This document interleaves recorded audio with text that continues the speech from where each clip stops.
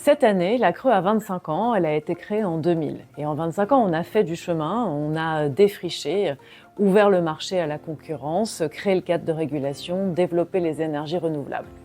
Alors finalement, on pourrait se dire, au bout de 25 ans, on a fait notre boulot, on ne sert plus à rien.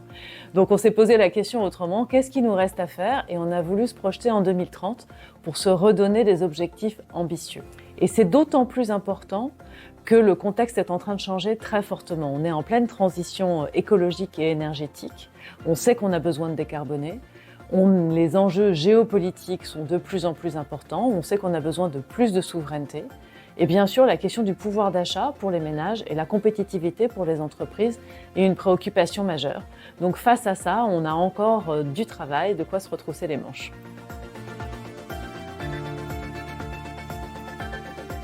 Nos grandes orientations, elles sont autour de 3 axes. Le premier, c'est réussir la transition énergétique.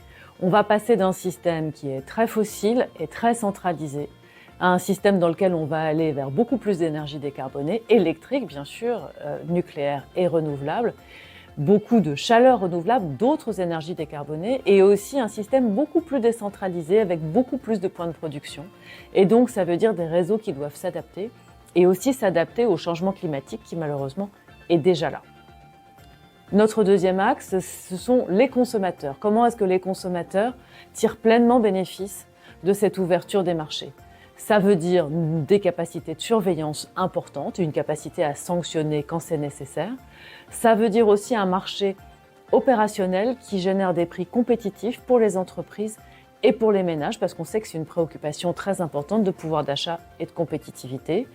Et puis enfin, ça veut dire un marché sur lequel les gens se retrouvent, c'est-à-dire qu'on arrive à comprendre c'est quoi une offre d'électricité, de gaz, comment choisir un fournisseur, comment choisir l'offre qui répond vraiment à ses besoins. Et puis tout ça, ça ne se fait pas tout seul. Donc notre troisième axe, c'est contribuer à construire vraiment l'Europe de l'énergie, une Europe compétitive et souveraine. La France est très investie dans les travaux européens. La Creux elle-même fait partie de tout un réseau européen. Comment est-ce qu'on pèse là-dedans au bénéfice du marché français et européen et comment est-ce qu'on arrive à réinternaliser, réindustrialiser ces productions stratégiques sur notre sol.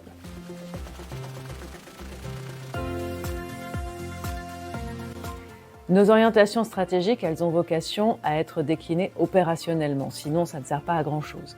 Donc on a concrètement une vingtaine d'actions pour lesquelles on a défini à chaque fois ce qu'on appelle une réalité pour demain en 2030 où nous voulons être. Un exemple, nous souhaitons que les consommateurs s'y retrouvent mieux dans les offres des fournisseurs en électricité et en gaz. Et donc on va mesurer chaque année quel est le niveau de compréhension, est-ce que les consommateurs considèrent qu'ils sont suffisamment armés pour bien choisir, et notre objectif est que ça progresse significativement. Mais ces orientations stratégiques, elles sont bien sûr celles de la Commission de régulation de l'énergie, mais plus largement, elles sont que nous puissions jouer un rôle pour concourir à atteindre ces objectifs ambitieux. Ça veut dire participer au débat public, expliquer, débattre, pas forcément être d'accord, échanger des arguments. Ça veut dire rayonner au-delà de nos frontières avec nos partenaires régulateurs. Nous sommes partenaires avec les régulateurs de la Méditerranée, avec un réseau de régulateurs francophones.